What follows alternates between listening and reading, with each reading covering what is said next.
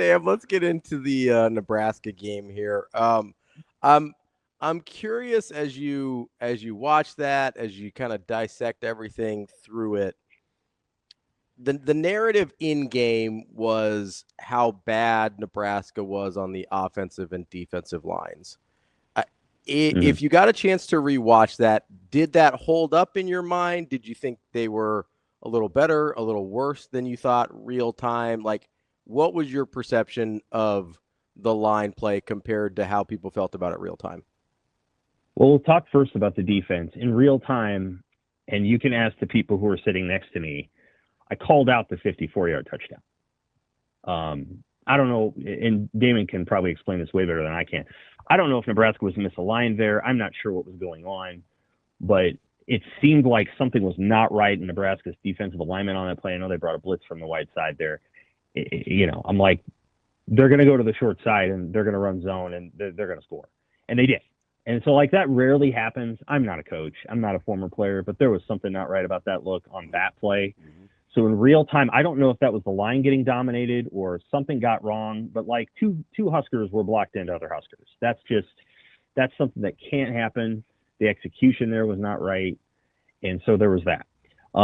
Every time that Justice Haynes got the ball, because I had watched all the previous games, I'm like, watch out, because the way that they try to run the ball, they're trying to bust him for big runs. If they wanted to do the lean on the defense and get 4 yards of carry, they probably could do that. But the way that they compress their formation, they're trying to hit big runs. And they're comfortable going 0, 1, 2, 75. And so they did that, and they were able to pop Nebraska. I'm sure Nebraska knew that going into the game. So there's some things there that I think the Nebraska's defense has to work on, and some of that is, do you have to run so many line stunts? Can you just trust your defensive lineman to hold up a little bit better?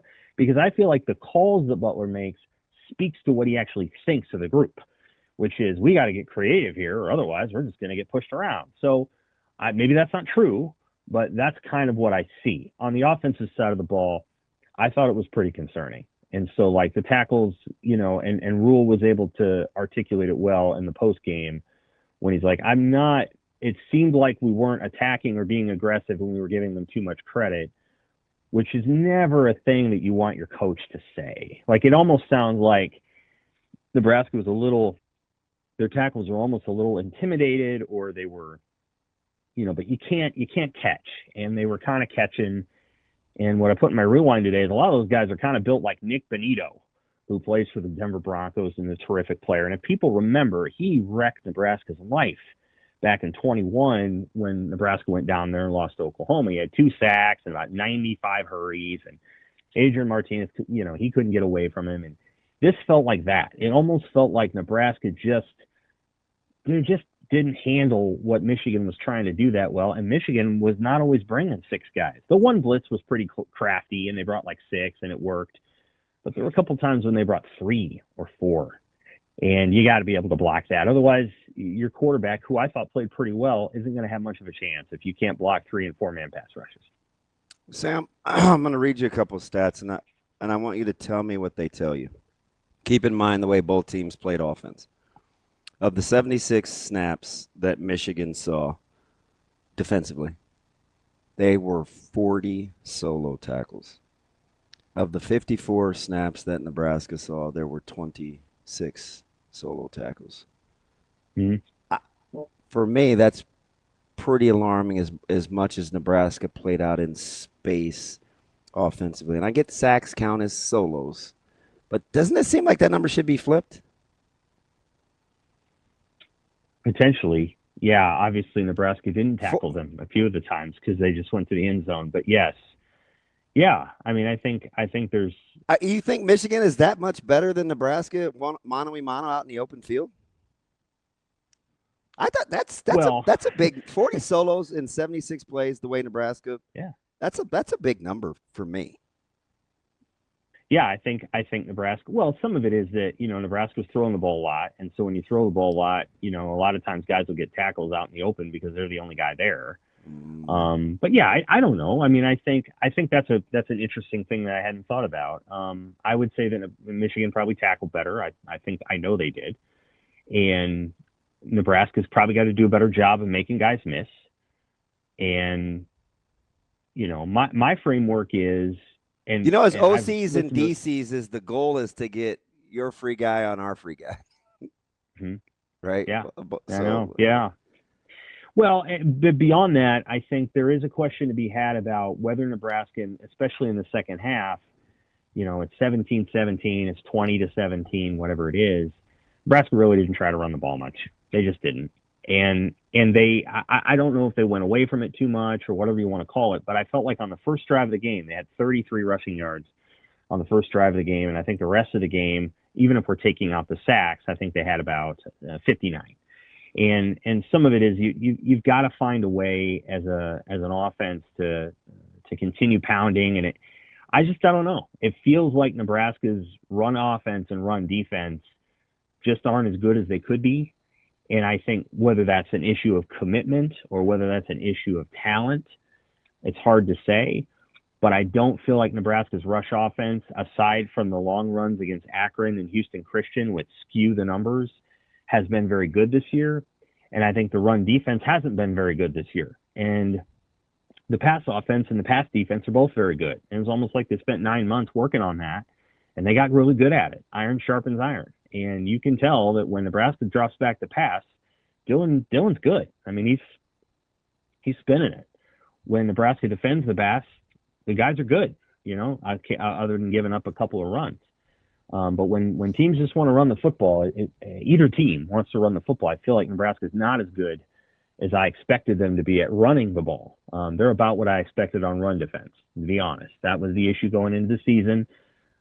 We all knew it. They've tried to talk it up and say, well, the defensive line is going to be hell on wheels. Whatever. It doesn't make any difference. That's just rhetoric before the season. But now they've got to fix it.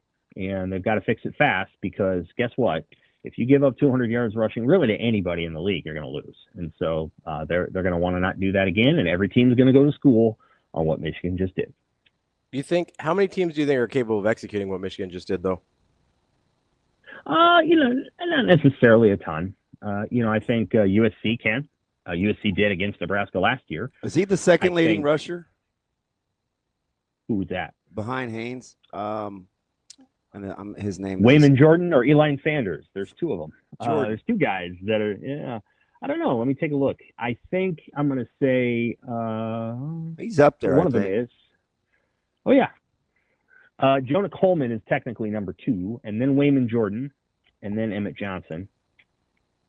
Yeah. So there's your top 4, and then Katron Allen from Penn State, and obviously everybody knows how good he is. Yeah, so I think there's teams that are capable of doing it. I think USC is capable. Michigan State probably isn't, but you know what? Michigan State may go into that game. So here's the thing. Michigan State's going to go into the game against Nebraska, and they'll be like, okay, well, we're not going to throw the ball against Nebraska all day long, so we're not going to drop Aiden Childs back like we did against USC, because USC can give up pass yards because USC can almost score at will. And so Michigan State's going to come into the game in 2 weeks, and I think they're probably going to be like, listen, we're not going to try to throw the ball 30 times. What we are going to try to do is get our quarterback in the run game, and we're going to try to run it 50 times or 40 times or whatever. And maybe they'll get to 200. You just never know. Teams are going to see what Nebraska is and what Nebraska does, and they're going to adjust, against Michigan State or against USC. I'm not saying Michigan State had a consequence-free offensive game, but they could kind of play loose because USC was going to kind of play loose. That's just USC trusts its offense. And so we'll see. My sense is Michigan State will come in here and try to do that. My sense is Maryland will try to do that. I think we'll all try to do it. Maryland is last in the Big Ten in rushing attempts. They only run the ball 40% of the time. I know, but why would anybody think they're going to throw the ball in Nebraska? I don't think they do. I don't think that's my point being that I think a lot of teams are just going to listen. We can try to throw the ball, and we might be able to have some success. But here's the thing that Nebraska's not very good at. We're going to try that first. And so I think a lot of teams are going to try it. Now, to be clear, I don't think all teams are going to have success. Yeah, I got to go back. I got to go back and look at Michigan State. I think they had, I don't know, maybe low 30s for 110, maybe like 31 for 108, something like that. Right. And in the circumstance with Michigan State, that game got loose, and it was going to. They know, and Michigan State doesn't have the defense that Michigan does. So one of the things that I think is going to happen when Michigan State rolls in here in 2 weeks is I think Dylan's going to have a field day. I mean, I think he's going to have a big day, and I don't think there's a hell of a lot Michigan State can do about it. They don't have a pass rush. They don't have the players that Michigan does, and so, I don't know that Nebraska is going to be confronted with this dilemma. They might be confronted with that dilemma against Maryland. It's entirely possible. They might have Maryland's defense is way better than Michigan State's defense, way better than Michigan State's defense. So, that could be another circumstance where you're running into it. I think of it in terms of like the games themselves, and like Nebraska wants to win all of the games. And so like each week they're going to be presented with like a problem, and the problem may not bear itself out the same way statistically, but stylistically it might be the same. And so, Maryland might only run for 165.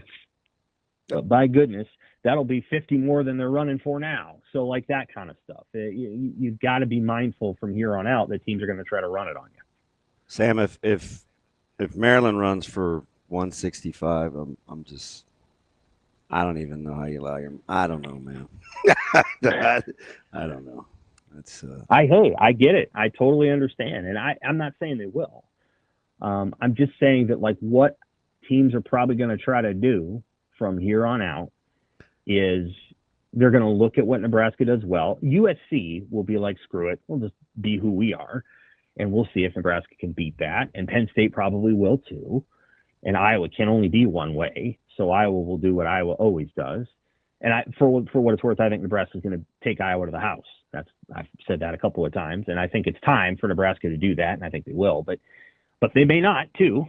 And so, but the problem that's now been presented in the two power conference games, Cincinnati and Michigan both understood what to do, and they got it done, and now Nebraska has to recalibrate, and Nebraska also has to decide if, the way I would put it is, if they need to run the ball more, if they need to establish more of a physical edge. Time of possession they have no issue possessing the ball. It's more, can they establish a physical edge in practice that helps their defense defend the run, because it doesn't look like the defense has defends it very well. I don't know. What did you see on those long runs? I know you broke them down a little bit, but what did you see on those long runs? So I think I'm going to go back and look at the alignment pre-snap on Marshall's long run. But, I mean, the quarterback draw was pretty self-explanatory. If you count Underwood as a runner, 6+5 in the box, he's free to be me is what we would call that when, Michigan late motion out, backer widens, Nebraska +1s. It's a 2x2 set. They +1 on both sides. Safety's over the top of the two-man combos, plus back motioning out. So you're void middle of the field, right? You're basically kind of it's not zero coverage, but you're +1 to both receivers. It's just easy pickings, right? It's just down kick, quarterback's got a crease. I think that was more schematics than anything, right? It's just good play call. Right. Good. I mean, it's just good play call. Nebraska's going to kind of vary how they play empty. The long run from Haynes, Nebraska runs the twist, occupies. I think Judy actually was the twister, and I felt like he played pretty well for the most part. And so you get a puller. I'm not sure if Shavers is gonna what I'd call box that and keep it inside, or spill it and force it outside. But whatever he does, the safety has to be on the same page. So he kind of ducks the puller, gets inside, gives the back a two-way go. Then Buford's got to get downhill and make a play on a good back. So I don't know. Like, that's one of those things where I think the bye week is fascinating, because I think defensively and offensively, you say to yourself, you don't want to throw the baby out with the bathwater, but you do have to make some adjustments. So you're evaluating whether our guys just need to get better at what we're asking them to do, or do we need to ask them to do different things, or do we need to do what we do and have different guys do it? That's really, I mean, that's not rocket science in terms of how you're going to use the bye week, but I think That's what's going to go on, in my opinion. Because I don't think you can panic yet, especially if you look at guys. Don't want to hear this, Sam, but I mean, I can completely see what they want to do schematically defensively. I do, and it's not as awful as we make it out to be. It's just it's not yielding the results. So how much conviction do you want to have with it? I think will ultimately be the question. And I guess how much conviction do you have in the guys you're asking to do it?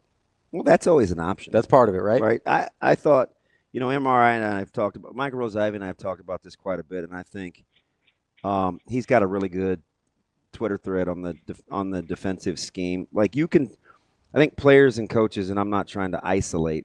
What I'm saying is, coaching and fandom are going to vary greatly on problems and solutions, and you want it to, right? You want fans to be passionate about outcomes and stuff like that. You want coaches to not panic and show some resolve. So I think that's what you're seeing when you look at the breakdowns of what happened versus the outcomes. The key is how you handle it going forward. You don't necessarily want the coaches panicking because you have a message that you're delivering, and you're trying to get guys better in the meantime. So it's just, it's the essence of coaching, right? Absolutely, and I think they've got a lot of coaches on that side of the ball that will figure it out. Run defense has been a problem for Nebraska almost the majority of their time in the Big Ten, with the exception of 2015, 2023, and 2024. And there were issues last year at times, although not very many. Most of the time that Nebraska's been in the Big Ten, including when Bo was there, run defense was an issue. And I believe I better understood what Bo Pelini was trying to accomplish really on every defensive play than I do with this group, because we're kind of seeing all that stuff for the first time. Oh, you're talking about like the 2-gap bracket stuff? Yeah, and like you just, we understood it better because we had seen it for a while, and like we knew why some of the run issues would happen, and we're still learning John Butler's defense. I think part of what I would say is that the offense has to be aligned too. I think it's going to be hard to win big in the Big Ten throwing the ball 40 times a game. It's possible, certainly possible, and Ohio State has lit the way there a couple of different times, but it's hard. I think you have to find a way to run the ball. They don't have a second back really. They have the one guy, and if he gets banged up, he had 82% of the carries across the Michigan and Cincinnati games, and that's a lot.